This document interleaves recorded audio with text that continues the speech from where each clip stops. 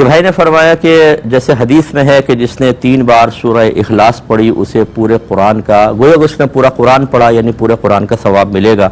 ये भी कहते हैं कि कोई शख्स आकर हमें कहे कि हमें एक कुरान का सवाब अगर आपके पास है तो हमें बख्श दें, तो हम वो 3 बार सूरह इखलास पढ़ के कह सकते हैं कि पूरा कुरान का हमने आपको सवाब दिया। देखिए ऐसा नहीं कह सकते, क्योंकि हमारे उर्फ में जब कोई आकर डिमांड करता है कि यार अगर आपने कोई कुरान पढ़ा है उसका सवाब ईसाल कर दें, तो वो यही कह रहा होता है कि 30 सिपारे पढ़े हैं। तो क्योंकि हमारे यही मतलब जब डिमांड होती है या कहा जाता है इस सवाब को तलब किया जाता है तो इसी क़स्द इरादे के साथ। अब वो कह रहा है पूरे कुरान, और आप पूरे कुरान का सिर्फ सवाब, एक है पूरा कुरान पढ़ना, एक है पूरे कुरान का सवाब। वो पूरा कुरान पढ़ा हुआ मांग रहा था, आपने 3 बार सूरह इखलास पढ़ के उसके सवाब को कर दिया, और ये बात दुरुस्त नहीं होती। इसमें बल्कि झूठ भी शामिल हो सकता है, अगरचे हम इसको सरी झूठ नहीं कहेंगे, इसको तौरिया कहेंगे, लेकिन ये मुनासिब नहीं है।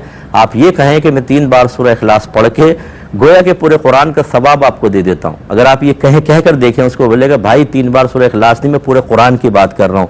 इसी से मेरी बात की तायद हो जाएगी कि हमारे उर्फ में जब हम कहते हैं कि अगर आपने कुछ कुरान पढ़ा है तो हमें इसका सवाब ईसाल कर दें, यानी सवाब हमें दे दें गोया कि, या हमें इजाज़त दे दें हम इसका सवाब ईसाल कर दें, तो वो पढ़े हुए कुरान के बारे में कह रहे होते हैं, ना कि सूरह इखलास। इसलिए या तो वजाहत करके कहें, यानी साफ बता दें 3 बार सूरह इखलास का सवाब मैं आपको दे रहा हूँ, और या फिर मतलब आप इस तरह गलत बयानी ना कीजिए।